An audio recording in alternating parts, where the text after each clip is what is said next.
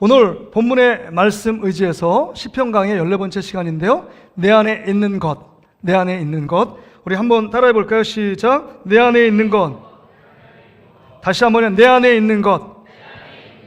여러분 안에 무엇이 있고 무엇이 없는지를 여러분 함께 말씀을 통해서 살펴보기를 원합니다.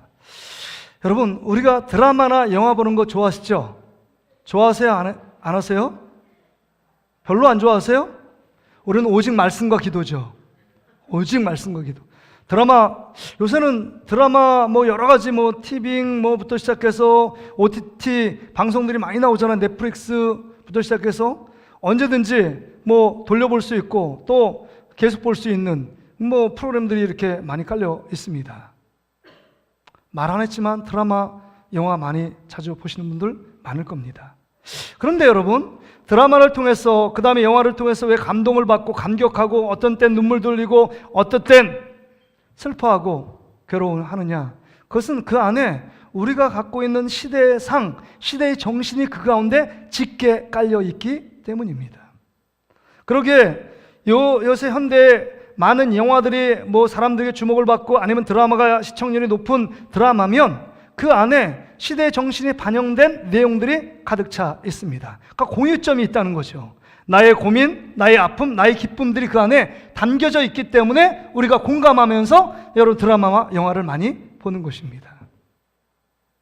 그런데요, 제가 그렇게 드라마와 영화를 많이 보는 사람은 아닌데 이렇게 얼핏 드라마와 영화를 보면 정말 그리스도인으로, 목사가 아닌 그리스도인으로 딱 그 장면을 보면 눈살이 찌푸러지는 장면이 종종 등장합니다.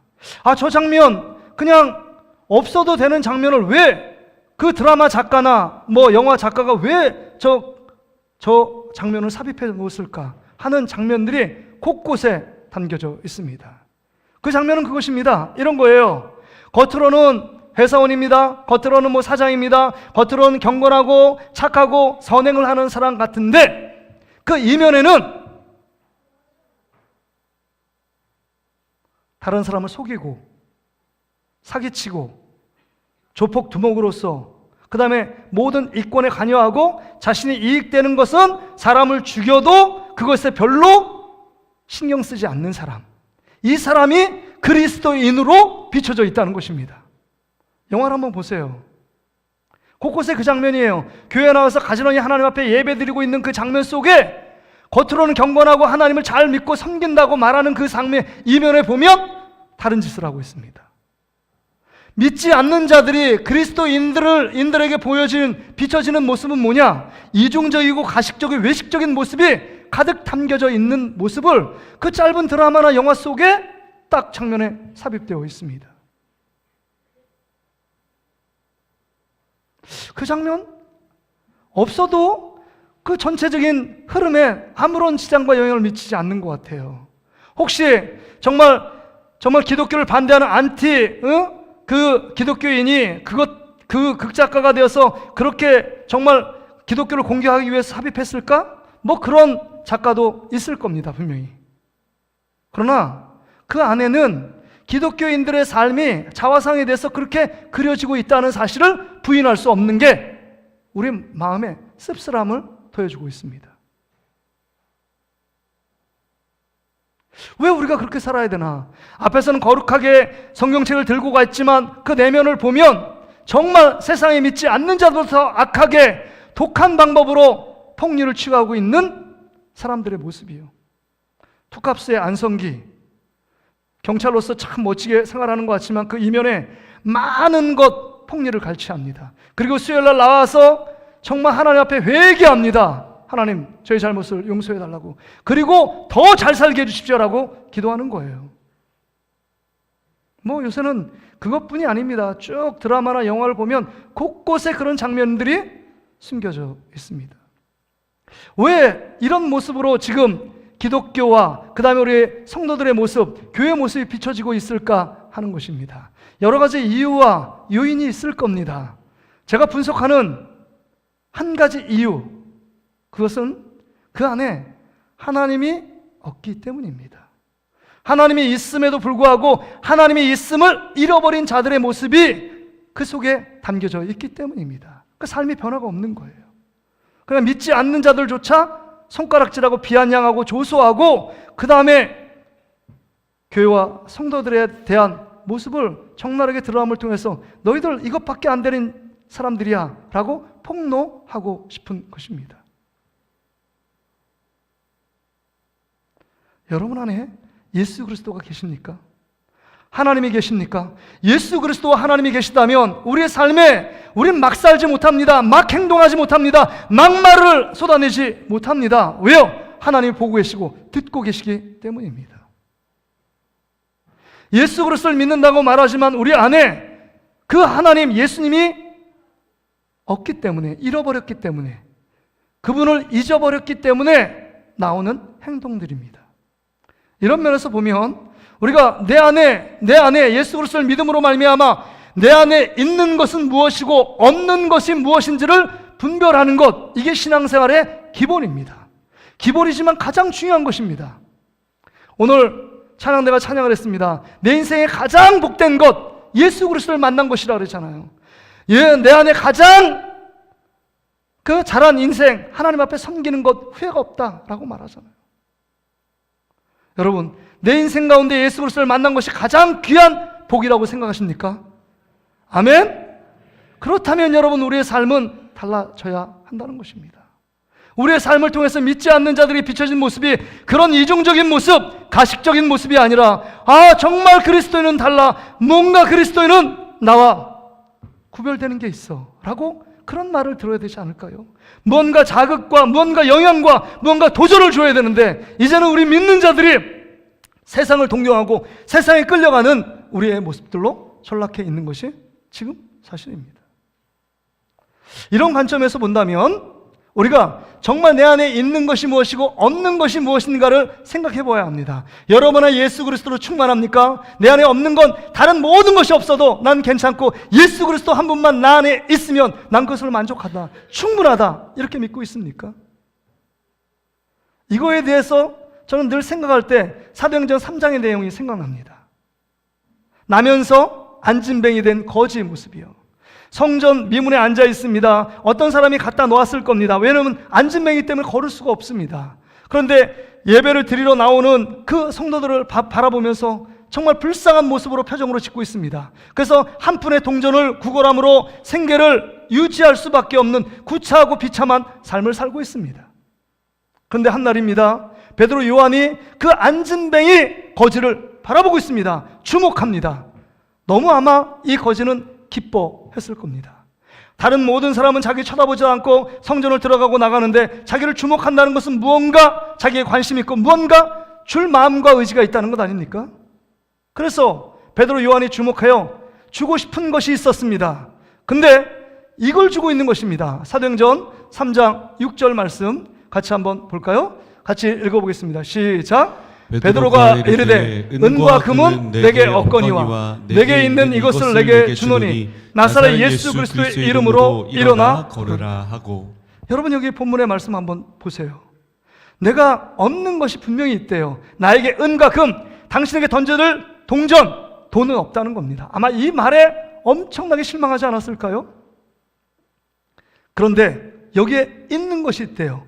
내게 있는 것을 내게 준다 했습니다. 내게 있는 것이 무엇입니까? 다른 모든 것은 없어도, 돈이 없으면 여러분 전부가 없다고 생각하는 시대에 우리가 살고 있지 않습니까? 돈은 없어도 내게 있는 한 가지, 유일한 한 가지가 있다. 그것은 내 안에 예수 그리스도가 있다는 것입니다. 예수 그리스도가 나의 구원자이시고 영원한 생명이라는 사실을 믿는 믿음 한 가지가 있다라고 베드로 요한이 강력하게 외치고 있는 것입니다. 이 사건 때문에, 이 사건이 도화선이 돼서 그 안진뱅이에 일어난 사건, 모든 사람이 성전을 오고하면서 보았던 이 한 사람이 벌떡 일어난 사건 때문에 3,000명이 회개하고 5,000명이 회개하고 돌아온 놀라운 역사가 이 사건을 통하여 드러나게 된 것입니다. 그렇습니다. 베드로 요한 이 두 사람이 내 안에 예수 그리스도가 있다라고 고백하는 이 사건 때문에 세상이 뒤집어진 것입니다. 여러분의 가정이 왜 변화가 없고 뒤집어지지 않을까요? 왜 우리 공동체가 변화가 없을까요? 그 이유는 내 안에 계신 예수 그리스도를 잃어버렸기 때문입니다. 혹시 예수 그리스도를 믿지 않고 있어 예수 그리스도를 전혀 만나본 적이 없는 분들은 예수님이 없을 수밖에 없는 것입니다. 여러분 안에 진짜 있는 것은 무엇이고 없는 것은 무엇입니까? 없는 것 때문에 늘 한탄하고, 없는 것 때문에 다른 사람 비교해서, 없는 것 때문에 불평하고 원망하며, 나의 인생은 이것밖에 안 되고, 내 인생은 슬프고, 내 인생은 도저히 다른 이 경쟁에서 이길 수 없고, 늘 자포자기하며 신세한탄만 한 우리의 모습들로 나아가고 있다면, 오늘 본문의 말씀을 통해서 진짜 내가 가지고 있는 것은 무엇이고 내가 없는 것은 무엇인지를 정말 돌아보고 깨닫는 은혜가 여러분 가운데 있기를 주의 이름으로 축복합니다. 오늘 본문의 말씀을 통해서 이런 맥락 속에서 다윗은 이렇게 고백합니다. 다윗이 시편 14편을 쓰고 있지 않습니까? 거기서 보니까 분명하게 제 모티브가 없다는 표현이 계속 나옵니다. 그런데 그것 가운데 반전이 있어요. 5절에 보세요. 그러나 거기서 그들은 두려워하였으니 하나님의 의인의 세대 계시미로다. 하나님은 계시대요. 하나님은 있다라고 말합니다. 그렇다면 여러분, 오늘의 핵심은 없는 것에 있지 않아요. 계시는 것에 있습니다. 한번 따라합시다. 내 안에 하나님이 계십니다. 다시 한번, 내 안에 하나님이 계십니다. 자, 내 안에 하나님이 계십니다. 한 3번 정도야 뭐 이슬똥말똥해요. 지금 한 100번을 외치고 싶어요. 네 안에 예수 그리스도, 잠자는 예수 그리스도 깨어나야 합니다. 그래야만 약도하는 게 정말 생기 있게 주님으로 말하면 하나님의 자녀처럼 살게 되는 것 아니겠습니까? 근데 오늘 다윗이 얘기합니다. 1절부터 4절에 없는 것이 많아요. 없는 것 여러 가지가 있습니다. 없는 것 3가지를 대표를 들고 있어요. 그 첫 번째가 뭐냐? 하나님이 없다는 것입니다. 하나님이 없기 때문에 파생된 문제가 뭐냐? 선을 행하는 자도 없고 하나님을 찾거나 부르는 자도 없다. 이게 결론이에요.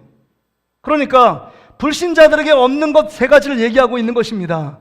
그 3가지는 구체적으로 여기에 성경에 나와 있지만 한 가지로 기울되는 거죠. 하나님이 없다고 말하기 때문에요.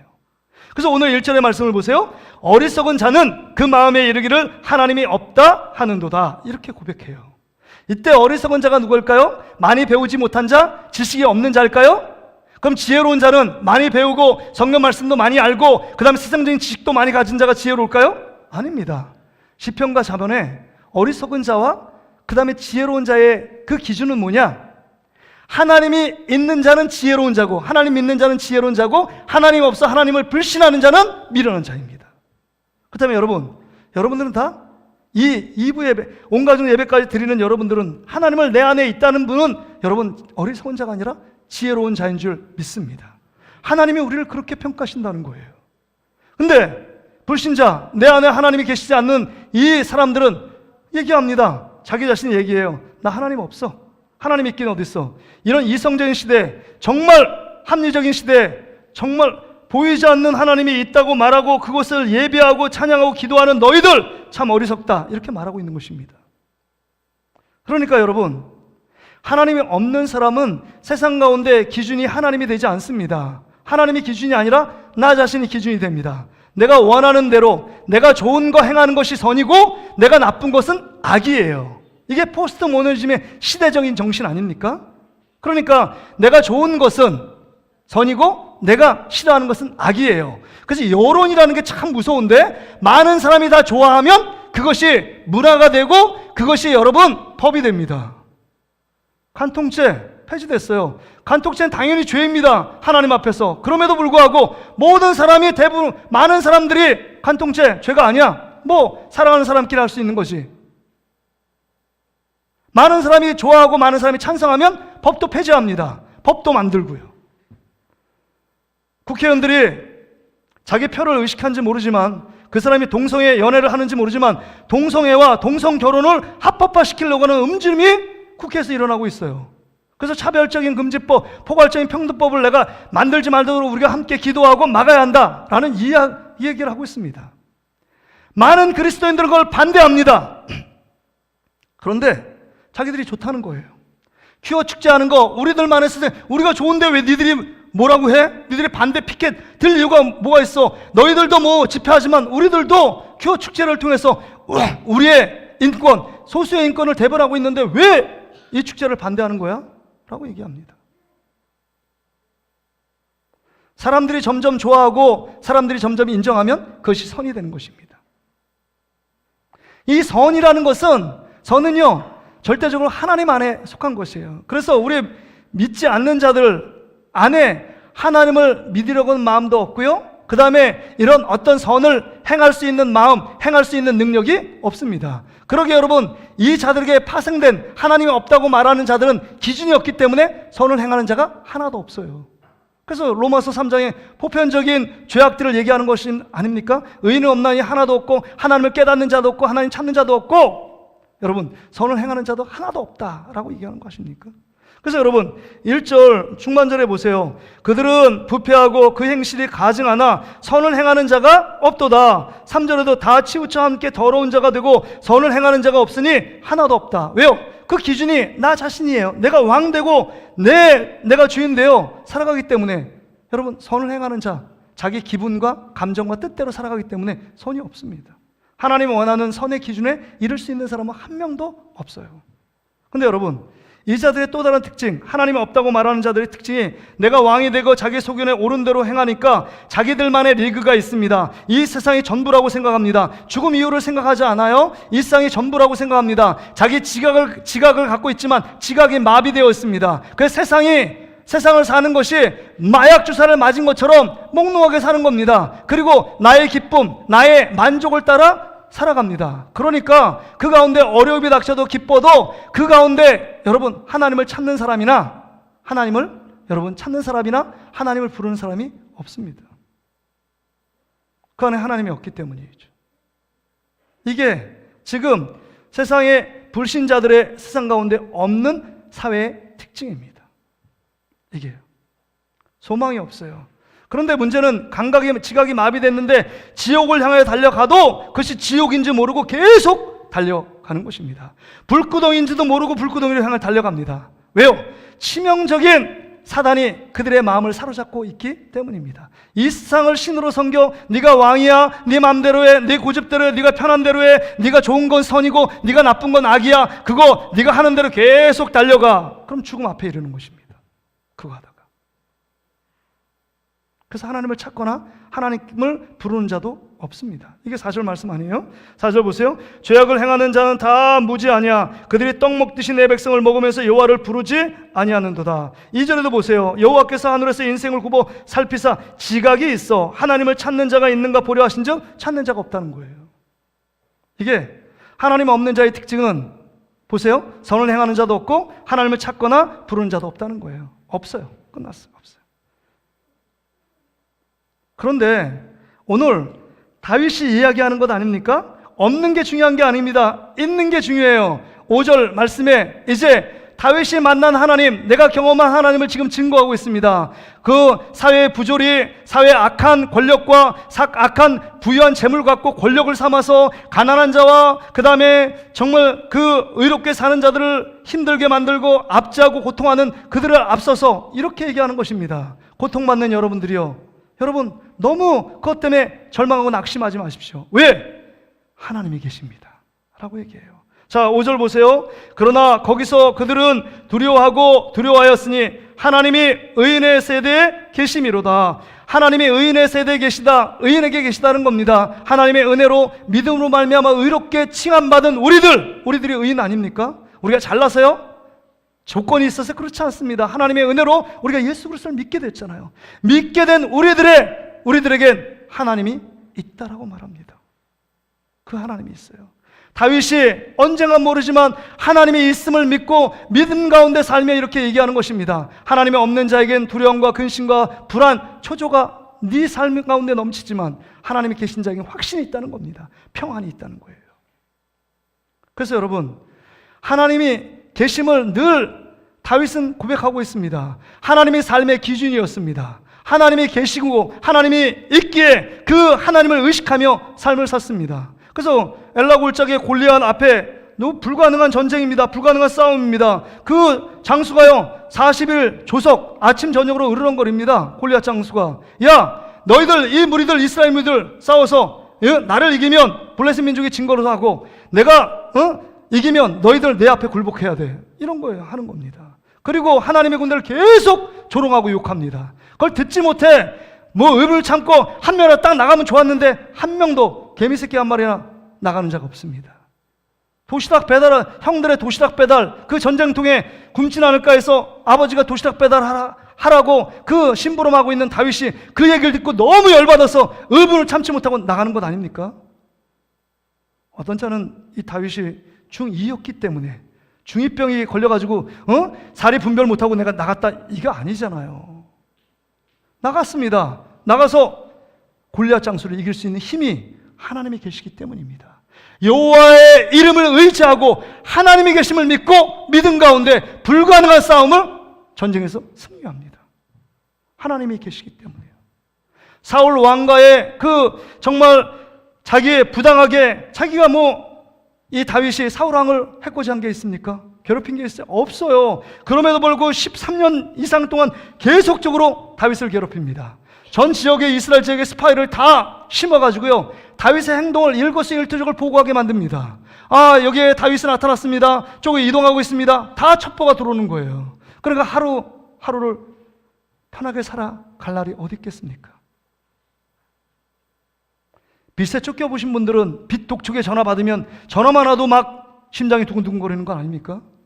그런데 늘 그 어려움 속에서 다윗이 삶을 살았지만 그 가운데 그 정적이었던 사울 왕을 죽일 수 있는 절호의 기회가 2번 있었잖아요. 늘 강절 2번 있었잖아요. 대변을 보기 위해서 그 사울 군대에 숨었던 그 굴로 딱 들어갔는데 마침 사울이 급하게 변을 보기 위해서 들어온 것 아닙니까? 그거 완전히 무장 해제됐어요. 거기에 호위병사도 없습니다. 칼로 그냥 한번 딱 죽이면 그냥 끝이에요. 왜요? 다윗도 사무엘을 통해서 기름 부음 받았어요. 왕으로 되는 거 맞아요. 그래서 옆에 있는 사람들이 얘기합니다. 너무 좋은 찬스라고, 상황과 환경이 너무 유리하게 돌아간다고. 이 상황과 환경은 정말 매 순간 오는 것이 아니라 이 상황과 환경을 붙잡아야 된다고 이렇게 얘기합니다. 사람들 그렇잖아요. 여러분, 가게를 열 때가 있잖아요. 그 상황, 그 때가 중요하잖아요. 때. 근데 그 때의 중요함도 모르고 다윗은 그 말을 무시합니다. 왜요? 기준이 하나님이에요. 하나님이 계시고 하나님이 보고 있고 하나님이 여기 계신데 어떻게 주의 종, 기름 부은 그 종을 내가 함부로 죽이겠느냐 하는 것입니다. 더 이해 안 되는 건 2번째, 텐트에서 사울이 자고 있어요. 그 옷가지를 살짝 베어서 왔습니다. 내가 죽일 기회가 있었다는 증표로 옷가지를 벤 거예요. 근데 하나님 앞에 주의 종, 그 왕의 옷을 벤 것을 통회하고 자복하며 회개합니다. 하나님이 기뻐하지 않는 일을 했다고. 하나님이 계신과 있음을 그의 삶으로 증명해내고 있습니다. 나는 하나님의 자녀고 나는 하나님이 계시기에 하나님이 기뻐하는 일을 하겠다고 고백하는 것입니다. 이게 하나님이 계신 증거 아닙니까?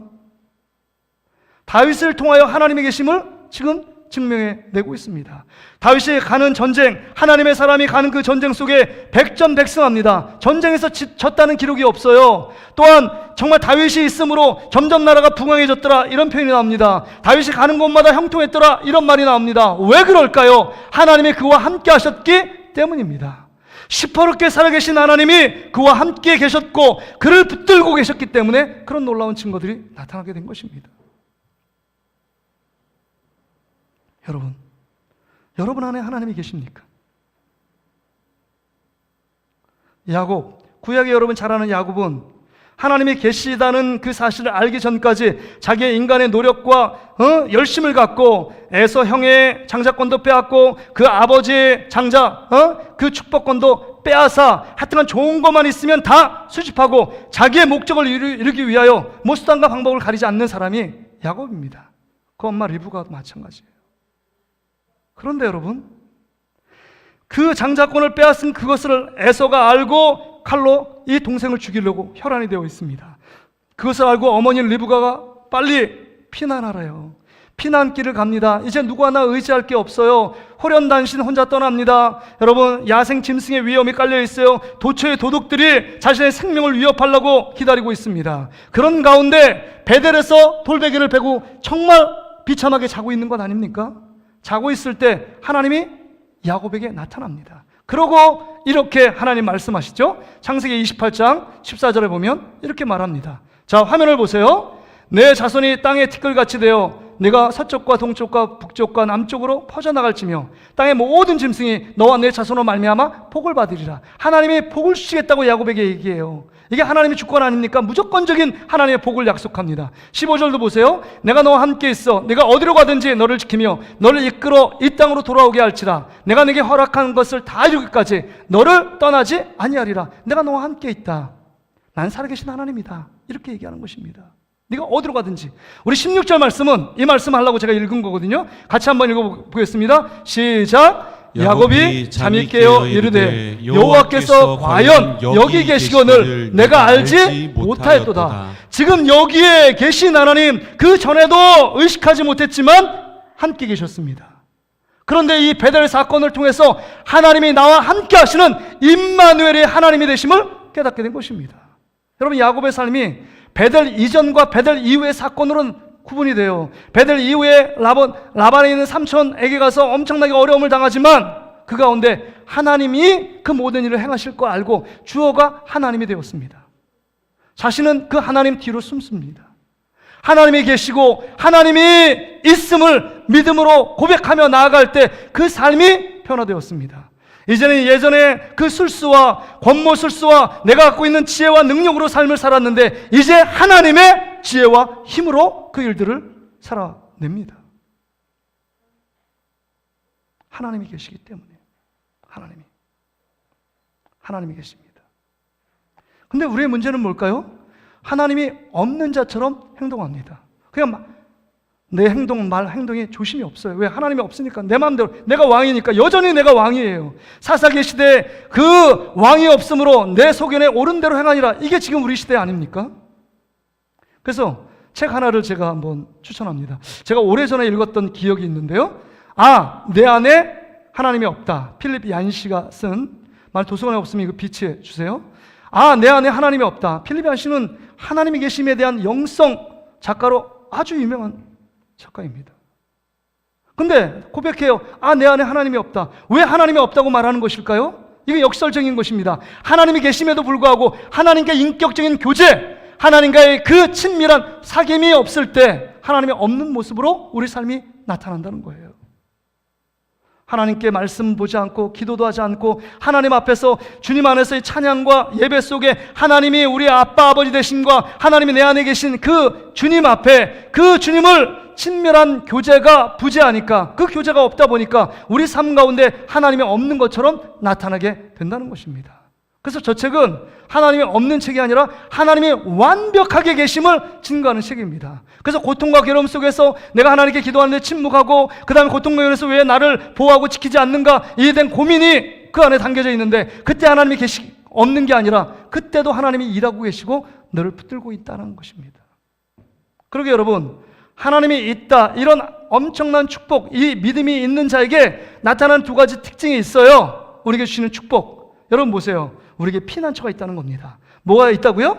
피난처가 있다. 6절을 보세요. 너희가 가난한 자의 계획을 부끄럽게 하나 오직 여호와는 그의 피난처가 되시도다.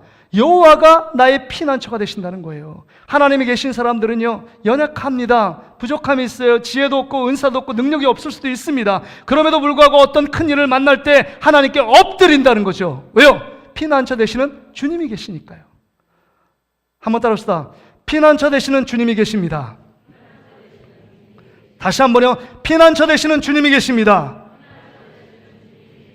여러분, 구약에서는 억울하게 사람을 죽인 사람 있잖아요. 그 의도적이 아니에요. 나무 패다가 도끼 날인 그 다음에 떨어져가지고 그 다음에 지나가는 행인이 맞아서 죽었어요. 그럼 내가 죽이려는 의도가 1도 없잖아요. 그래서 도피처를 만들었습니다. 도피성. 제단 뿔을 잡고 있으면 제상이 죽기까지, 거기에 죽기 전까지 머물러 있으면 같이 머물면 사는 것입니다. 근데 의도적으로 죽인 것은 죽여야죠. 이는 이 눈의 눈이에요. 동형, 그 모든 법을 같이 그렇게 율법에 정한 율법의 규약이 있습니다. 근데 구약엔 도피성이 있었던 것처럼 우리 신약에 도피처 되시는 하나님이 계신 곳 어딜까요? 교회입니다. 교회요. 도피처. 하나님이 핏값으로 세운, 예수 그리스도의 핏값으로 세운 이 도피처 안에 하나님의 보호하심과 하나님의 인도하심과 하나님의 지키심과 그 눈물과 상처와 아픔을 주님께 아뢰고 고백할 도피처가 우리 안에 하나님이 교회를 만들어 놓으셨고, 이 교회가 우리의 도피처라고 말씀하고 있는 것입니다. 그러게 여러분, 여기에 보니까 가난한 자의 계획을 부끄럽게 한다. 여러분, 가난한 자, 우리가 어떤 면에서 연약하고 부족하고 능력도 없고 가난한 자 아닙니까? 근데 성경에 예수님이 얘기하십니다. 가난한 자가, 마음이 심령이 가난한 자가 복이 있다. 천국이 저희 것이다. 마태복음 5장 3절에 가난한 자가 뭡니까? 하나님의 도우심과 은혜 없이는 살아갈 수 없다고 말하는 자가 가난한 자 아닙니까? 가난한 자는 늘 목마릅니다. 늘 갈증이 있습니다. 우리 하나님 안에 품에 들어오지 않고서는 내가 도저히 살 수 없어. 내가 위로할 자를 누가 있어? 하나님밖에 없지. 내가 고난과 어려움 속에 하나님이 계신 게 얼마나 기쁨이고 다행인가. 그러기에 여러분, 살아있는 이 도피처인 하나님께서 이 정말 천국의 모형인 교회를 도피처로 만드셨는데, 이 도피처에서 우리가 할 일이 딱 두 가지가 있습니다. 그것은 첫째는 기도하는 거예요. 기도. 두 번째는 사랑하는 것입니다. 공동체 안에서.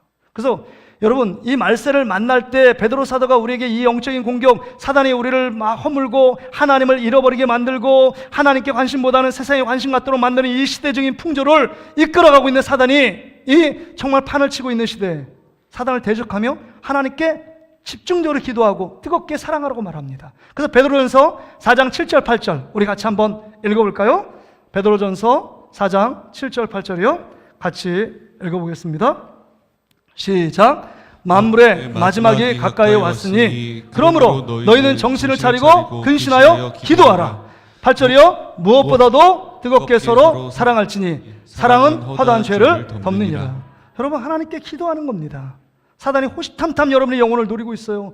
가정을 노리고 사업체를 노리고 있지 않습니까? 그러기에 정말 피난처 되시는 우리 주님 앞에 나와 하나님께 기도하는 겁니다. 무릎 꿇는 거예요.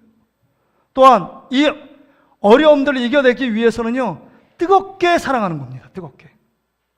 형식적으로 습관적이 아니라 우리 목장 안에서, 전도 안에서 뜨겁게 사랑하는 겁니다. 함께 정말 우리 목자님, 우리 회장님, 나 이 문제를 놓고 힘들어하고 괴로워하고 있는데 이것을 위해서 기도해 주십시오 라고 기도를 요청하고 나의 어려움을 얘기할 때 함께 기도하는 것, 이게 뜨겁게 사랑하는 것 아닙니까? 한 명도 사랑하지 못하는 사람은, 다 사랑하려고 하는 사람은 한 명도 사랑하지 못한대요. 근데 몇 사람, 한 사람, 두 사람을 사랑하며 목장 안에서 그런 사랑을 나누는 사람은 그 사랑이 처음이 시작돼요. 1이 시작돼요. 1이 되고 2가 시작돼요. 전체가 구성되는 것입니다. 그러기에 여러분, 뜨겁게 사랑해야 돼요. 한번 따라합시다. 기도합시다. 뜨겁게 사랑합시다. 여러분, 기도하는 자가 사랑할 수 있습니다. 여러분, 기도하는 자가 사랑할 수 있어요. 주님이 원하시는 삶은 본을 보인 건 기도하는 삶이었고, 그 다음에 마지막까지 대상의 기도는 사랑하는 것입니다. 끝까지 너희를 사랑하라. 사랑 안에서 하나 되라. 이렇게 말씀하는 거예요. 그러게 여러분, 피난처 되시는 주님이 계시기에 우리가 피난처인 이 교회, 이 선물로 주신 교회 안에 정말 뜨겁게 하나님께 기도하고 뜨겁게 사랑하는 삶을 통해서 하나님이 그들의 삶을 보호하시고 지키시고 인도해 가신다는 겁니다. 또한요, 마지막으로 보면 하나님이 계시다, 하나님이 있다고 믿는 자들의 특징은 7절에 보세요. 7절 어떤 특징이 있나요? 이스라엘의 구원이 시온에서 나오기를 원하도다. 여호와께서 그의 백성을 포로된 곳에서 돌이키실 때 야곱이 즐거워하고 이스라엘이 뭐 한다고요? 기뻐하리로다. 그러니까 예수 그리스도와 하나님이 있다고 믿는 자 안엔 즐거움과 기쁨이 넘치게 된다는 것입니다. 왜 그럴까요?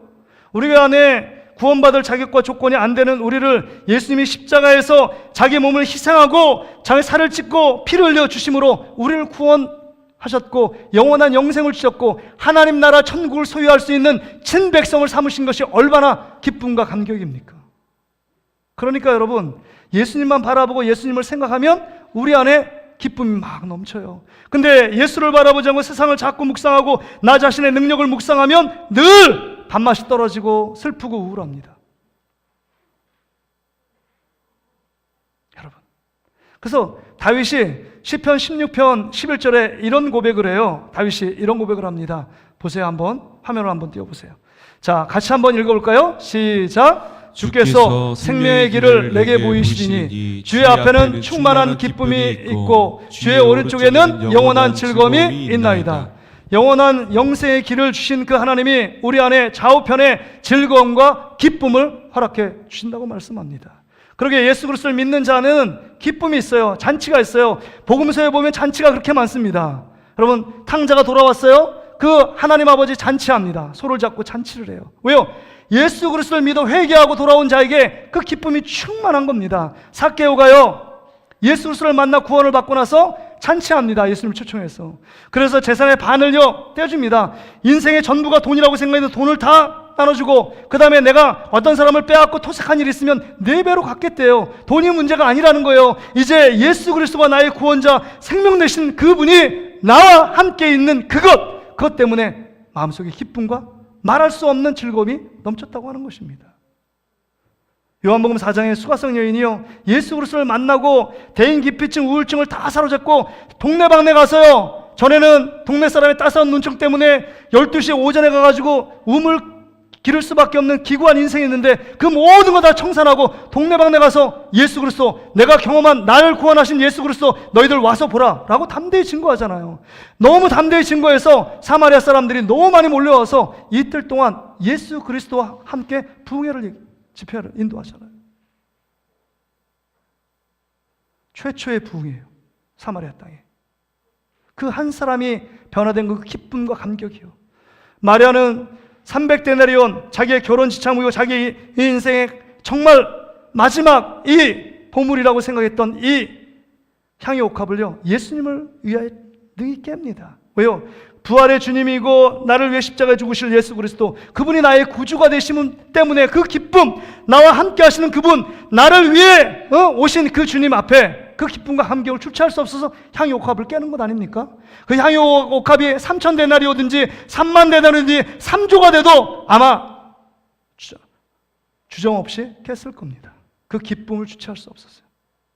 그렇다면 여러분 안에 예수 그리스도를 만난 그 기쁨과 감격이 있느냐 하는 것입니다. 세상을 자꾸 묵상하고 막 돈을 묵상하고 막 이러니까 내 안에 기쁨이 없잖아요. 여러분, 예수 그리스도를 묵상하고 십자가에 대해서 나를 죽은 예수 그리스도를 날마다 바라보는 여러분 되시기를 주의 이름으로 축복합니다. 예수 그리스도는 우리를 죄를 용서하시고 구원하시고 사랑하신 증거 아닙니까? 그 안에 주님의 사랑이 있고 그 안에 주님의 용서가 있고 그 안에 주님의 은혜가 흘러가는 것 아닙니까? 날마다 십자가의 주님을 자꾸 묵상하면 묵상할수록 내 안에 내 능력으로 사는 것이 아니라 믿음의 능력, 세상을 이기는 믿음의 능력이 우리 안에 충만해져 기쁨과 소망이 넘치게 되는 것입니다. 혹시 여러분 가운데 아직도 예수 그리스도를 믿지 않는 분이 있습니까? 예수 그리스도를 영접해야 돼요. 영접하는 자, 곧 그 이름 믿는 자에겐 하나님의 자녀가 되는 권세를 준다고 그랬습니다. 예수님이 나의 죄를 위해서 십자가에 죽으시고 3일 만에 부활하신 그 주님이 나와 함께 하신다, 임막을 하신다. 이게 믿음 아닙니까? 이 믿음을 갖기를 주의 이름으로 축복합니다. 말씀을 정리합니다. 그러면 우리의 싸움은 무엇을 가지고 있느냐 없느냐의 싸움입니다. 여러분 가운데 가지고 있는 것이 무엇입니까? 여러분의 강력한 무기가 무엇입니까? 가장 행복한 삶의 축복이 뭘까요? 예수 그리스도를 만난 것 아닙니까? 예수 그리스도가 나와 함께 있고 예수님이 계신 것, 이것 때문에 우리가 세상을 담대하게 나가 싸울 수 있는 것 아닙니까? 여러분 가운데 없는 것은 무엇입니까? 혹시 예수님이 여러분 가운데 없지 않으세요? 여러분의 마음속에 예수님이 없지 않으세요? 예수님을 생각하지 않고 기억하지 않는 우리의 모습들은 없으십니까? 우리 히브리서 3장 1절에 보면 이렇게 얘기합니다. 이제 복음서를 지나서 이제 예수 그리스도를 믿는 자 안에 어떤 삶을 살아가야 될지를 얘기합니다. 같이 한번 읽어볼까요? 시작! 그러므로 함께 하늘의 부르심을 받은 거룩한 형제들아, 우리가 믿는 도리의 사도이시며 대제사장이신 예수를 깊이 생각하라. 예수를 깊이 생각하는 것입니다. 예수를 생각하는 것입니다. 영적으로 대생임질하며 믿음이 떨어질 때마다, 내 마음속에 두려움과 근심이 찾아올 때마다 예수 그리스도를 생각하는 것입니다. 예수 그리스도를 바라보는 것입니다. 제 목회 가운데도 그랬고 제 인생 가운데 크고 작은 어려움, 저라고 평탄케 살아왔을까요? 아닙니다. 인생엔 굴곡이 있잖아요. 어려움이 있잖아요. 군대에서도 어려움이 있었고 신학교 때도 어려움이 있었고 목회하면서도 어려움이 많았습니다. 그때마다 제가 생각나는 게 뭐냐면 그것을 해결하기 위하여 열심히 내 계획을 세우고 분주하게 노력하고 집중해 달려갔던 그 모습 속에 엄청난 스트레스와 고통이 따르더라고요. 근데 문득 깨닫는 게 뭐냐면 내 안에 하나님이 계시지? 주님이 나와 함께 계시지? 너무 감사하다. 너무 다행이야. 주님이 나와 함께 계시고 주님이 계신 것, 이거 하나로 위로받고 그 안에 모든 스트레스가 쭉 내려가는 것을 깨닫습니다. 한두 번이 아니에요. 여러분의 문제 가운데 갇혀있는 분 있습니까? 그 안에 문제는 있지만 예수님이 없는 분 많잖아요. 고민과 내 안에 계획들은 많지만 하나님이 없는 분 많잖아요. 그렇기 때문에 과도한 스트레스와 압박을 받는 것입니다. 행복이 없어요. 기쁨이 없어요. 여러분, 우리와 함께 계신 예수 그리스도가 있는 줄 믿습니다. 여러분, 이렇게 당에서 담대하게 설교할 수 있는 것은 제가 예수님을 만났기 때문입니다. 그 하나님을 경험했기 때문입니다. 하나님이 계시도 않는데, 하나님이 있지도 않는데 담대하게 증거한, 이건 사기꾼이죠. 목사가 사기꾼이죠. 없는데 있는 것처럼 포장하는 거, 이건 능력이 없는 거잖아요. 사기꾼도요, 진짜 사기치려면 진짜처럼 막 해야 되잖아요. 그게 아닙니다.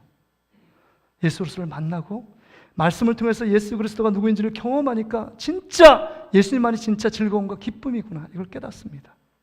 우리의 싸움은 예수 그리스도가 있느냐 없느냐의 싸움입니다. 한 주간도 모든 것 없어도 예수 그리스도 한 분만을 마음에 모시고 예수 그리스도를 믿는 믿음 안에 살아가는 저와 여러분 되시기를 주의 이름으로 축복합니다. 우리 이 찬양